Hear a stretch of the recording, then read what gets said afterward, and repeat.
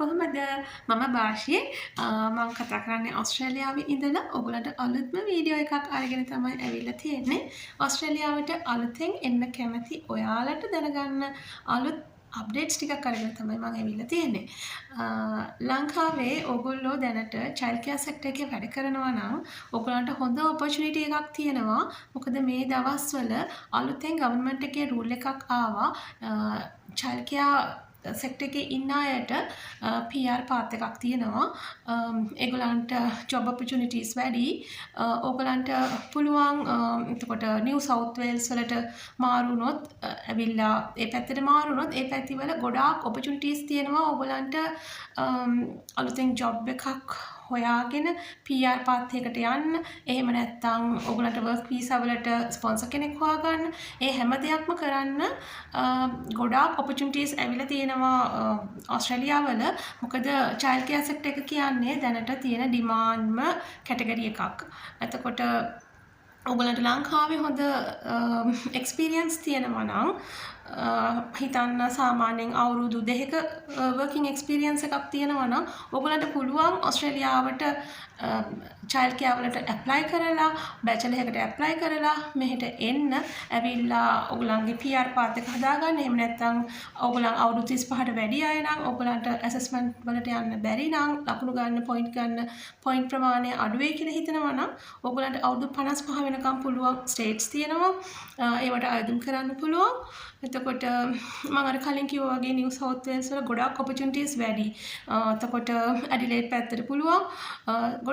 එතකොට විශේෂයෙන්ම කියන්න ඕනේ ඕගලන්ට ස්පොන්සර් කෙනෙක් හොයාගන්න ඕන නම් ගොඩක් වෙලාවට සීක් එකේ එහෙම නැත්නම් ඉන්ඩීඩ් ඒ දෙකම ජොබ් සර්ච් වෙබ්සයිට් දෙකක් ගොඩක් වෙලාවට ඉන්ඩීඩ් එකේ දානවා ස්පොන්සර්ස්ලා ඒගොල්ලන් දානවා ඇඩ්වර්ටයිස්මන්ට්ස් අපිට මෙහෙම චයිල්ඩ් කෙයාර් සෙක්ටර් එකේ කෙනෙක් අවශ්‍යයි අපි ස්පොන්සර් කරනවා කියලා. ඔයගොල්ලෝ හැම වෙලේම like keep on eye.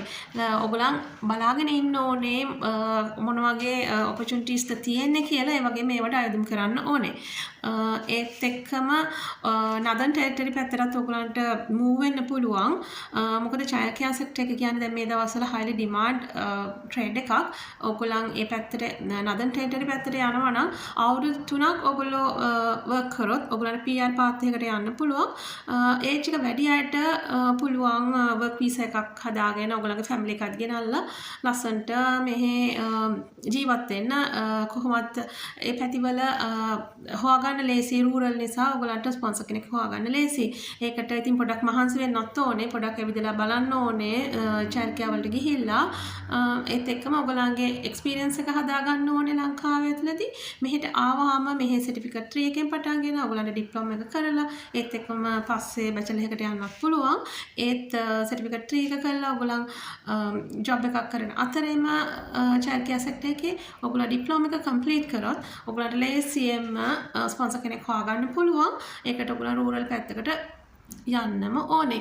මොකද මෙල්බන් සිටි එක පැත්තේ ඔයගොල්ලන්ට සිඩ්නි වල කොහොමත් සිටි එකේ ඔයගොල්ලන්ට ඔපචුනිටිස් නැහැ.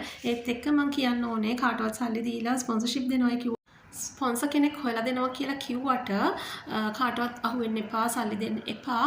හේතුව ගොඩක් අය ගොඩක් ඒජන්සි වලින් සල්ලි අරගෙන ඒ ඩොකියුමන්ට්ස් උත් ගන්නවා ඔයගොල්ලන්ගේ. ඒ වුණාට ඊට පස්සේ ඒගොල්ලන් වැඩේ කරන්නේ නැහැ. ඉන්න තැන් හොයාගන්නත් නැති වෙනවා. ඒක නිසා කාටවත් ස්පොන්සර්ෂිප් එකක් හොයලා දෙනවා කිව්වට සල්ලි දෙන්න යන්න එපා. ගොඩක් වෙලාවට ඔයගොල්ලන් හොයලා බලන්න ඕනේ මේගොල්ලන් මයිග්‍රේෂන් ඒජන්ට් කෙනෙක් ආවට යනවා නම් මේගොල්ලෝ මාරා රෙජිස්ටර්ඩ්ද කියලා. ඒගොල්ලන් මාරා කියලා තියෙනවා. ඒකේ රෙජිස්ටර්ඩ් නම් තමයි ඒගොල්ලන් ගොඩක් ලීගල් මයිග්‍රේෂන් ලෝයර්ස්ලා වෙන්නේ. ඒ විදිහට හැම පැත්තෙන්ම හොයලා බලන්න ඕනේ.